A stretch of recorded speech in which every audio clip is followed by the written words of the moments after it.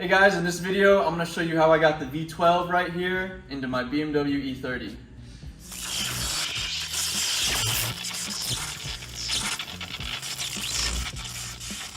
Real quick, I'd like to go over what exactly I have here. So this is an M70 V50 BMW built V12. I sourced it from a 750IL, the E32 generation. I got it bolted into the car with some engine mounts. Now I got these secondhand off a buddy that messaged me off the Facebook groups. It came with subframe spacers in those mounts. I later modified these mounts, and I'll go over that later. But the engine is mounted to this transmission, a Getrag 420G with the PMC Motorsport adapter plate. So we have all that out of the way. I'll show you how I got it all to work and fit in the E30.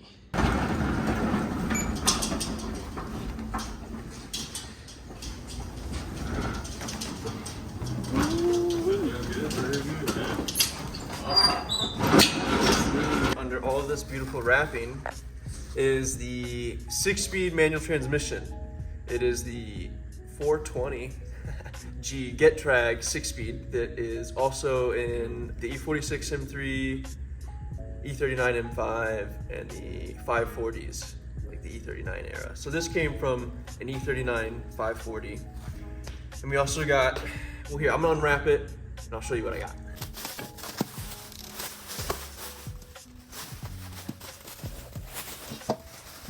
Got everything unwrapped here.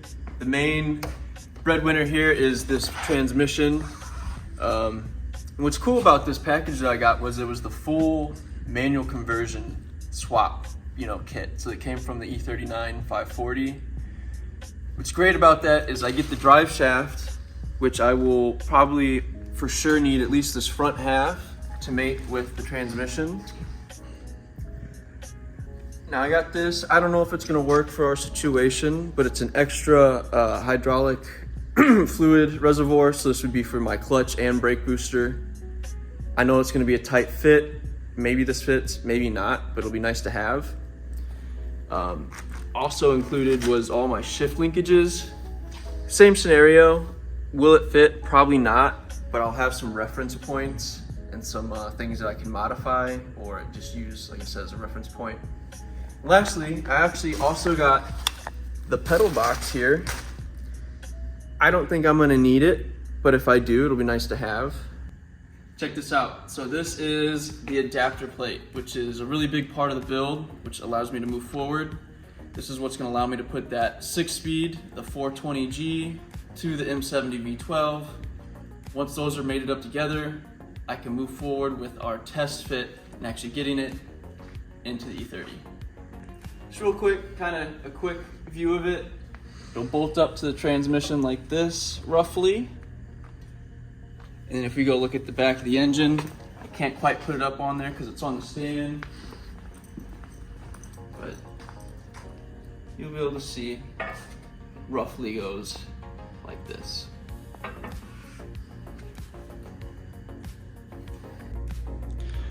So these here are the spacers. These are going to go on my front subframe here on the E30. It'll lower that front subframe just a little bit, and that allows the center of gravity in this motor to be a little bit lower, and then I get better clearance through the transmission tunnel for the transmission there. So I'm gonna go ahead and get these in, and that'll just be one more step before I get the V12 in the engine bay. All right, so I've gotten those spacers in. I'll try and give you a look at them. It's a pretty good angle, honestly, right there. So that's the driver's side. You can see over here on the passenger side. And, so it's about this much of a gap here. I'll put it on screen. And like I said, that's gonna allow me to get this V12 and that transmission in a better spot on this E30 swap.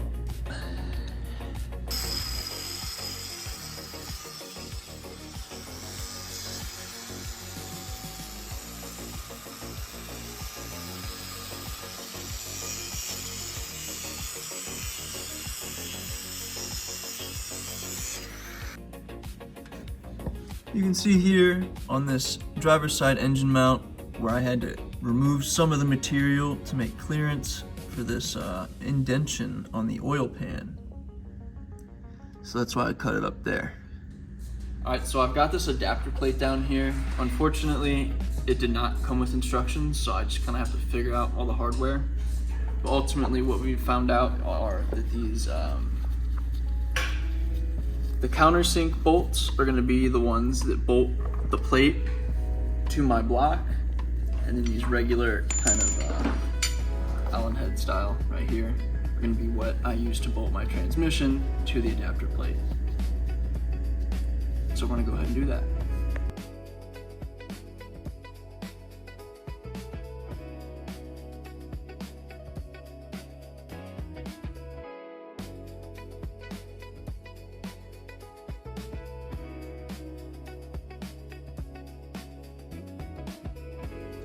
Okay, so I got the adapter plate on.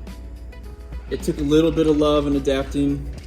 Some of these didn't sit quite flush, so I countersunk the holes a little bit more and grounded down the face of these bolts, but everything's flush. Now we're gonna try and get that transmission bolted up.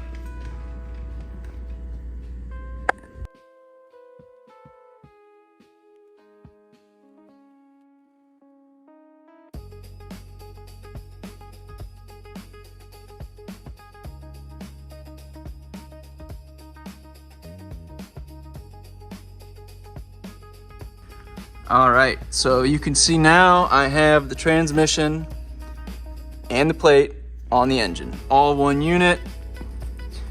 We determined that the starter indeed does not quite fit.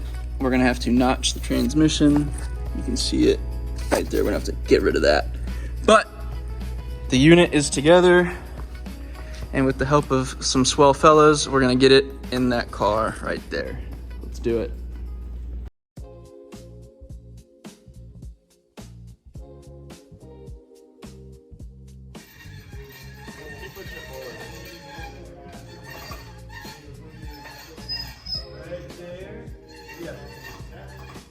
Lower it forward. Yeah, I can push this down. Yeah, bring it forward. Yeah. So you're not far off. Yeah. Should I lower it now? Let's see. We're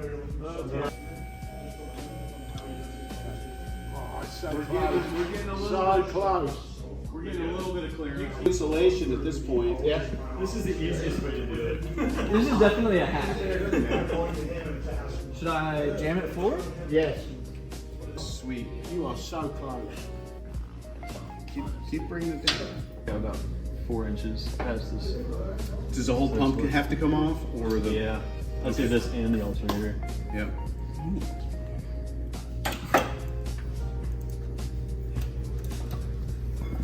You don't need power steering anyways.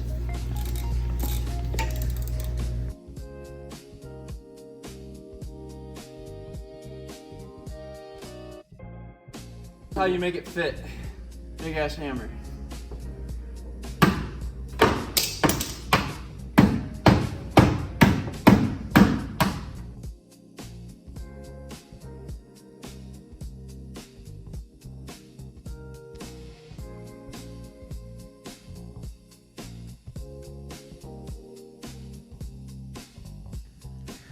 The reason I couldn't bolt the motor in was because of the clearance between this valve cover and the heater core pipes here, and also along the firewall here, nearby where your brake master cylinder meets. It's direct contact with this. And that's what led me to modify the engine mounts.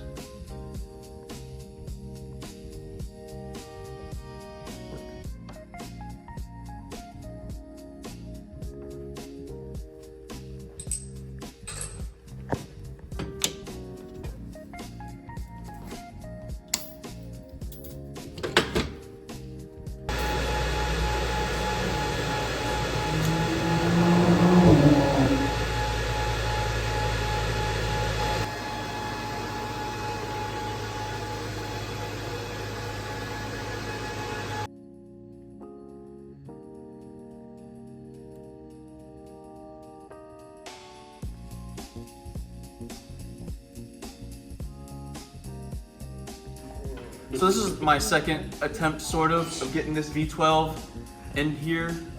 Unfortunately, the valve cover was hitting the firewall right here, and you know, the mounts were still about 1 inch or so off. So what we ended up doing was adding 1 inch in length to this mount. Toby did a great job. Those mounts are longer, so this is attempt number 2. We're gonna see if we can get this thing bolted in.